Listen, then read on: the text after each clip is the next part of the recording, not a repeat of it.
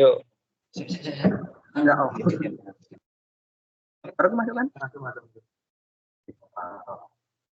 Bismillahirrahmanirrahim. Assalamualaikum warahmatullahi wabarakatuh.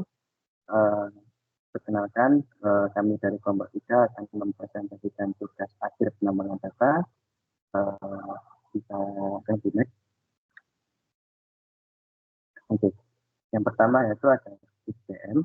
XDM yaitu Cross Industry Standard Process for Data Mining, yaitu merupakan sebuah metodologi yang digunakan dalam sebuah proyek data mining dan analisis data.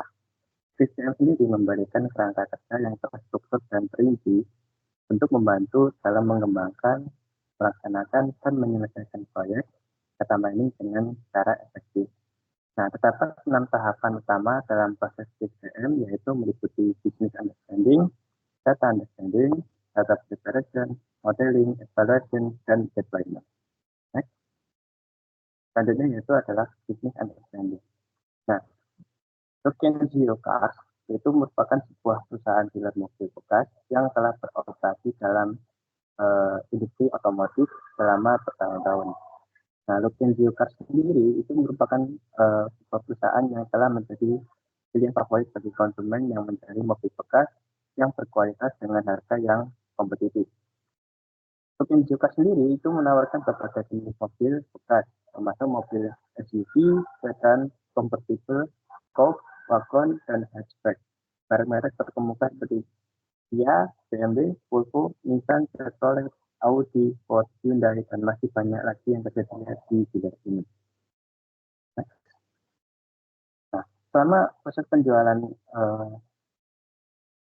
mobilnya, Lucien Geocars itu mengumpulkan berbagai data dan data penjualan yang meliputi tahun produksi mobil, yaitu year, merek yaitu make, model, varian yaitu trim, tipe body, transmisi, nomor identifikasi kendaraan, VIN, lokasi penjualan strip, kondisi mobil, pembacaan odometer, warna eksterior, interior mobil, penjual, nilai perkiraan pasar, MMR, harga jual, dan tanggal penjualan.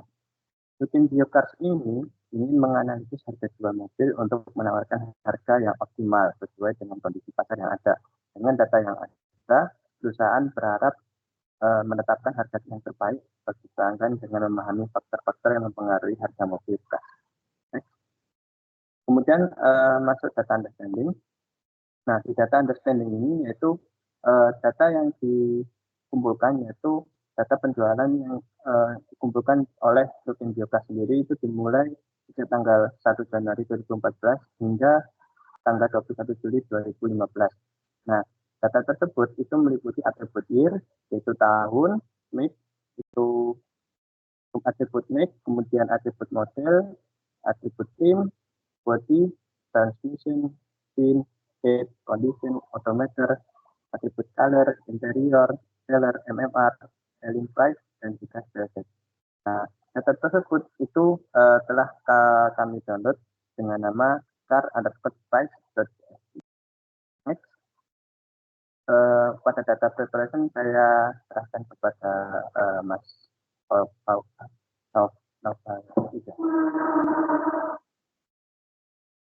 Baik, saya akan melanjutkan data preparation. Yang pertama kita melakukan import CSV.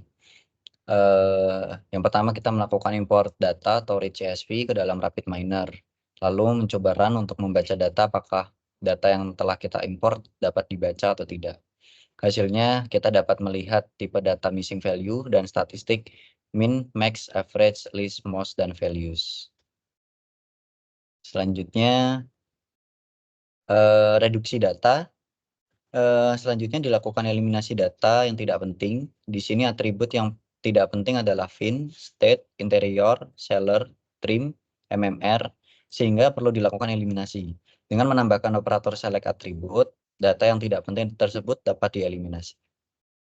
Jadi setelah direduksi data, selanjutnya menyisakan data atribut year, make, model, body, transmission, condition, odometer, color, selling price, dan sell date. Tahap selanjutnya adalah handle missing value. Pada tahap sebelumnya terlihat beberapa missing value. Maka dari itu, kelompok kami memutuskan untuk menghapus data yang mengandung missing value. Setelah menambahkan filter dengan kondisi no missing value, jumlah data missing akan menjadi 0. Alasan kami mengapa mengambil langkah untuk menghapus data yang mengandung missing value karena sebagian besar datanya di sini merupakan data-data yang penting. Jadi jika kita menggunakan handle missing value yang lain dengan misi value yang lain, maka itu akan sangat berpengaruh terhadap hasil prediksi nantinya. Selanjutnya, handle data tidak konsisten. Tahap selanjutnya adalah mengatasi data tidak konsisten. Pada kasus ini, pertama, kami menanganinya dengan menyamakan besar kecilnya huruf pada value terlebih dahulu. Di sini kami memilih untuk mengecilkan atau merubah ke kecil semua terhadap semua value. Sehingga hasilnya menjadi kecil semua. Sebelumnya ada yang caps lock, ada yang tengahnya besar, seperti itu. Selanjutnya, setelah menyamakan besar kecilnya huruf pada value, ditemukan beberapa data tidak konsisten, seperti value pada atribut make, model, body, transmisi, color. Ditemukan data yang merujuk ke sesuatu yang sama, namun berbeda penulisannya sehingga perlu disamakan. Seperti eh, apa ya, kemarin itu seperti otomatis dengan otomatis. Lalu pada make terdapat Mercedes, Mercedes-Benz dengan tanda hubung, seperti itu kita samakan menjadi satu value yang sama. Lalu seperti Ford, itu juga ada yang ya seperti itulah, dia merujuk ke dalam satu inti yang sama namun penulisannya berbeda-beda. Itu kami samakan agar menjadi seragam, seperti itu. Selanjutnya, reduksi data. Dikarenakan data terlalu banyak, membuat sistem jadi kebingungan dalam menentukan prediksi. Oleh karena itu, perlu dilakukan filter data terhadap produsen. Di sini saya memilih produsen Ford, Chevrolet, Nissan, Toyota, Dodge, Honda, Hyundai, BMW, KIA, Chrysler, Mercedes, Infiniti, Jeep, Volkswagen, Lexus, GMC, Mazda, Cadillac, Audi, dan Acura. 20 perusahaan ini merupakan perusahaan dengan penjualan terbanyak pada Lucien Cars, sehingga itulah yang kami pilih. Selebihnya seperti Aston Martin, Bentley, Buick, Daewoo, Ferrari, dan lain-lain, angkanya sangat kecil dan itu akan mengganggu prediksi dari sistem tersebut. Selanjutnya, pada tahap terakhir adalah normalisasi. Tahap terakhir adalah melakukan normalisasi terhadap data. Kali ini kami menggunakan Z-score normalization sebagai normalisasi pada data preparation ini. Selanjutnya, inilah bentuk model data preprocessing. Jadi yang pertama kita import dulu datanya, lalu diselect atribut, lalu difilter, lalu di generate atribut ini untuk mengecilkan atau lowering case. Selanjutnya dilakukan replacement semuanya, yang di sini itu untuk make-nya atau prosedurnya, terus difilter berdasarkan jumlahnya jumlah produsennya, lalu disamakan untuk beberapa atribut seperti ini Ford, Dodge, Hyundai, Mazda, GMC, dan lain-lain. Lalu pada body, pada color, seperti itu. Tahap terakhir ada di normalize. Normalize kami menggunakan Z-score sebagai tahap terakhir untuk data preprocessing. Selanjutnya modeling, saya serahkan kepada Mas Majid. Baik, terima kasih atas waktu dan kesempatannya. Selanjutnya ada tahap modeling. Tahap pemodelan sendiri merupakan sebuah langkah untuk menerapkan algoritma pada data yang telah disiapkan atau data setelah data preparation tadi. Itu untuk menemukan pola dan membuat model prediktifnya.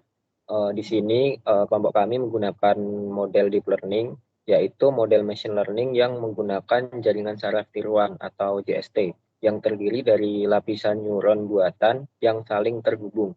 Nah, JST ini dilatih dengan data dalam jumlah yang besar untuk belajar secara otomatis dan mengenali pola yang kompleks dari data tersebut.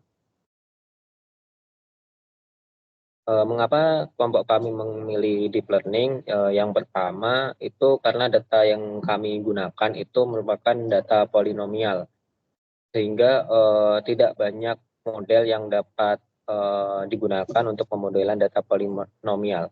Selanjutnya, deep learning itu memiliki kemampuan ya representasi yang kuat dan juga fleksibilitasnya itu yang tinggi.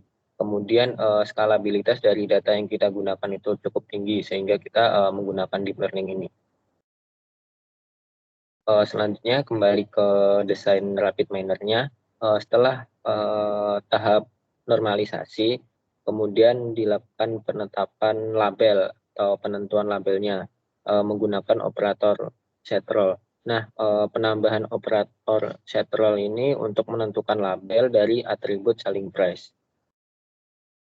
Selanjutnya kita bisa menjadi dua menggunakan operator multiply. Jadi hasil dari setrol tadi kita bisa tampilkan secara langsung. Yang kedua kita masukkan ke model deep learning.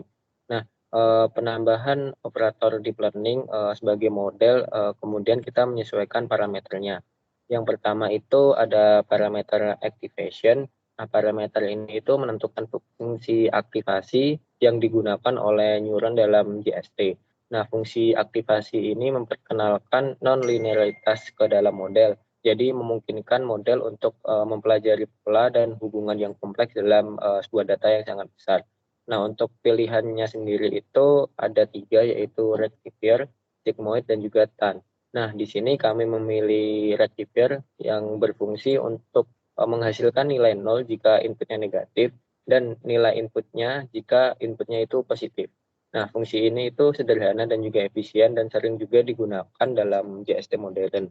Kemudian parameter yang kedua itu ada hidden layer size. Nah, parameter ini digunakan untuk menentukan jumlah dan ukuran lapisan tersembunyi dalam JST-nya sendiri. Kemudian parameter ketiga ada reproducible. Nah, parameter ini itu digunakan untuk menentukan apakah model deep learning yang akan dilatih ini itu dilatih secara reproduktif atau tidak. Nah, dari kami tidak men-checklist parameter ini. Kemudian ada epoch. Parameter ini itu menentukan jumlah iterasi pelatihan yang akan dilakukan oleh modelnya. Nah, setiap iterasi model akan mempelajari data pelatihan dan menyesuaikan bobot neuronnya. Nah, semakin tinggi epoch akan meningkatkan akurasi model, tetapi juga meningkatkan resiko overfitting. Sebaliknya, semakin rendah epoch itu mengurangi resiko overfitting, tetapi dapat menghasilkan akurasi model yang lebih rendah, sehingga kami menentukan epoch-nya itu di angka 10. Kemudian ada parameter compute variable importance. Nah, parameter ini untuk menentukan apakah model akan menghitung tingkat kepentingan variabel dalam prediksi atau tidak. Nah, kita tidak menggunakan parameter ini. Kemudian ada parameter train samples per iteration. Nah, parameter ini itu menentukan jumlah sampel pelatihan yang akan digunakan untuk setiap iterasi. Ketika nilainya yang lebih kecil itu akan meningkatkan akurasi model, tetapi membutuhkan lebih banyak waktu pelatihannya. Sedangkan sebaliknya, ketika nilainya itu besar, maka mengurangi waktu pelatihan, tetapi dapat menghasilkan akurasi model yang lebih rendah. Kemudian ada adaptive rate. Parameter ini itu menentukan apakah model akan menggunakan tingkat pembelajaran yang adaptif. Nah, tingkat pembelajaran adaptif itu akan menyesuaikan tingkat pembelajaran secara otomatis selama pelatihan, membantu juga mencegah overfitting. Nah, tingkat pembelajaran yang statis itu menggunakan nilai tingkat pembelajaran yang konstan selama pelatihan. Kemudian ada epsilon, parameter ini itu untuk menentukan nilai minimum yang digunakan untuk mencegah pembagian nilai nol selama pelatihan.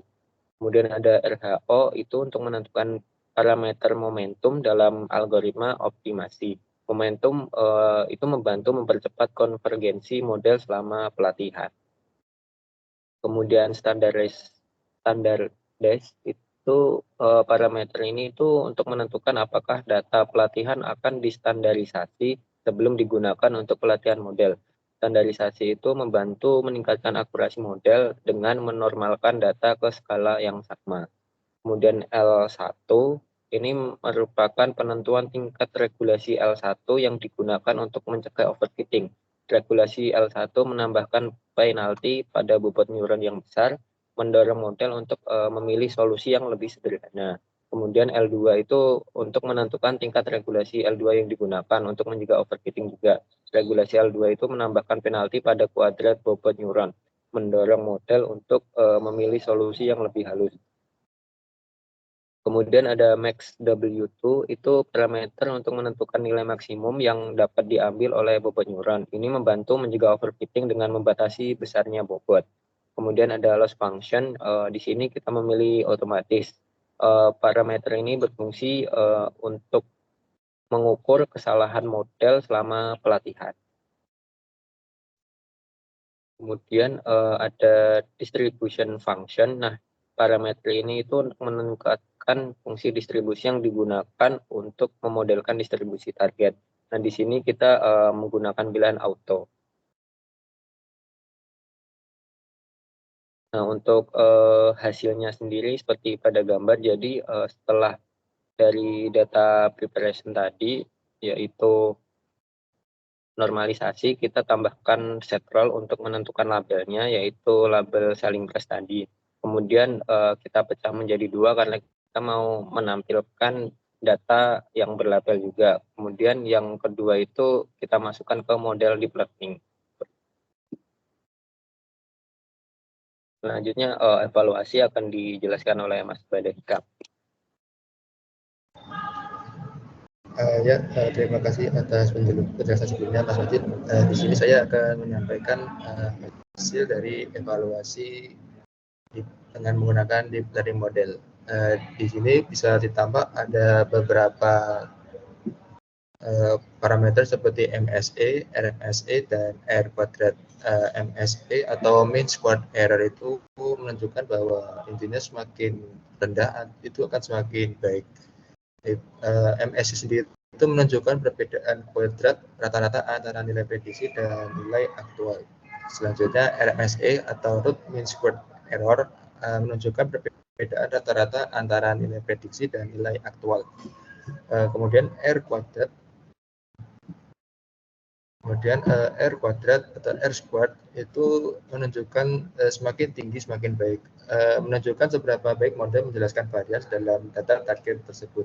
Nah, di sini didapatkan dengan nilai R yang tinggi itu mempengaruhi nilai harga jual kendaraan.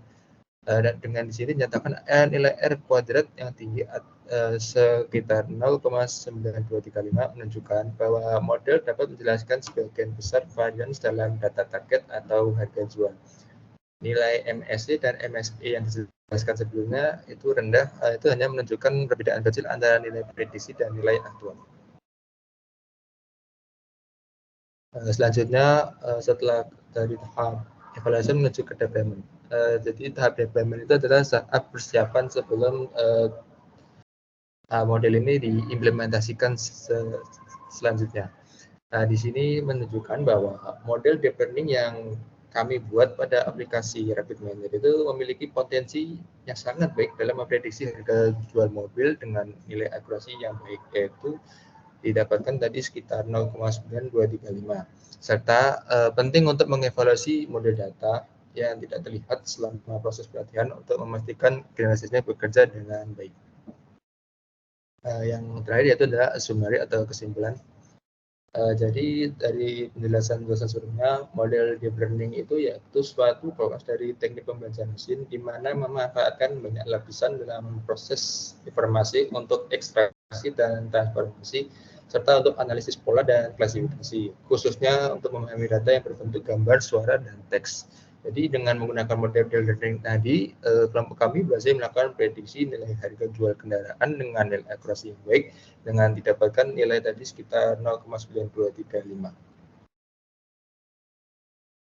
Sekian presentasi dari kelompok kami, kurang lebihnya kami mohon maaf. Wassalamualaikum warahmatullahi wabarakatuh.